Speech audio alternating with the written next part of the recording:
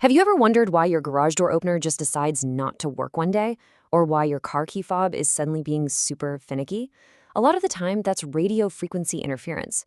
But this whole invisible world isn't just some chaotic free-for-all. There are actually rules, there are regulations, and a hidden structure that governs every single wireless device we own. So today, we're going to pull back that curtain and look at the regulatory framework that makes it all work. Or not work. And just so you know, what we're covering today is based on part 11 of a really cool 20-part tutorial. It's called Radio Frequency Interference Beyond Wi-Fi, a consumer guide to common disruptions and frequencies. It's put out by the folks at RFI Detectives, who are part of the Virtualization Options LLC family. We're going to be digging into the key ideas from their 11th chapter, all about the rules of the road for our airwaves. So yeah, that really brings us to the big question here, right?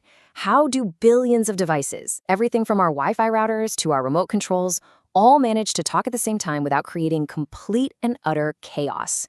And maybe more importantly, who's the referee? Who's in charge of making sure they all play nice? Well, it turns out the airwaves aren't the Wild West after all. There is, in fact, a sheriff in town. There's a regulatory body whose whole job is to police this invisible frontier and stop us from descending into total electronic anarchy. Here in the United States, that sheriff is the Federal Communications Commission. You've probably heard of them, the FCC. The best way to think about them is like the Department of Transportation, but for the radio spectrum. It's their job to create the invisible highways in the air, set the speed limits, and write all the traffic laws for every single device that sends out a radio signal. Okay, so how in the world does the FCC manage all of this invisible traffic? Well, they do it by dividing the entire radio spectrum into different lanes, kind of like a massive invisible highway system. But here's the thing, not all of these lanes are created equal, not by a long shot. And this is where it gets really interesting. The highway is split in two.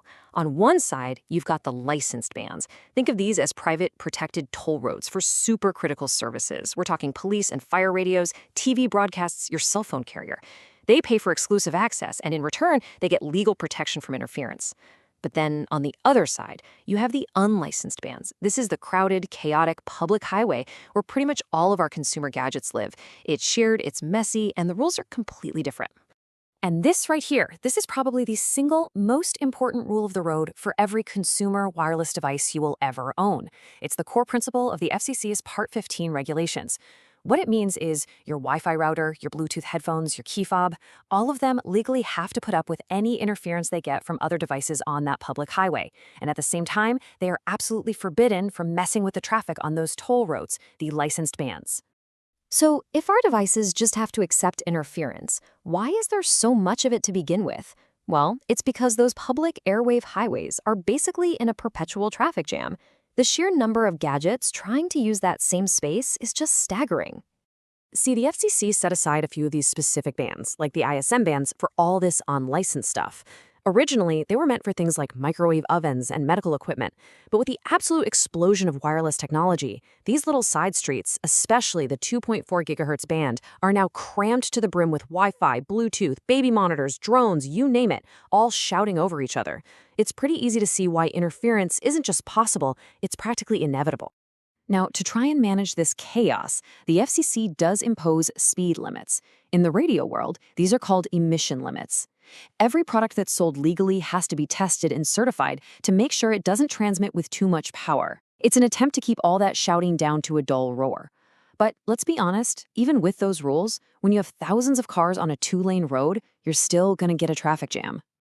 So let's put all the pieces together. What does this whole regulatory framework actually mean for you and the devices you use every single day? What are your rights, and what's the reality of your place on this invisible highway? Okay, here are your consumer rules of the road. First, and most importantly, know your lane. Your device is driving on a shared public road. Second, because of that, you have to expect traffic. Your device must legally accept interference. It has no right to a clear channel. Third, your only real protection is if you can identify a speeder, another device that's breaking the rules by blasting out way too much power. And fourth, if you do find one, especially if it's causing what's called harmful interference to a licensed service, you can report it to the FCC. And all of this leaves us with one pretty critical question.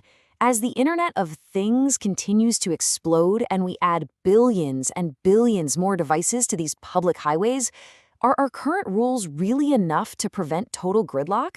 It's definitely something to think about the next time your wireless world hits an invisible traffic jam.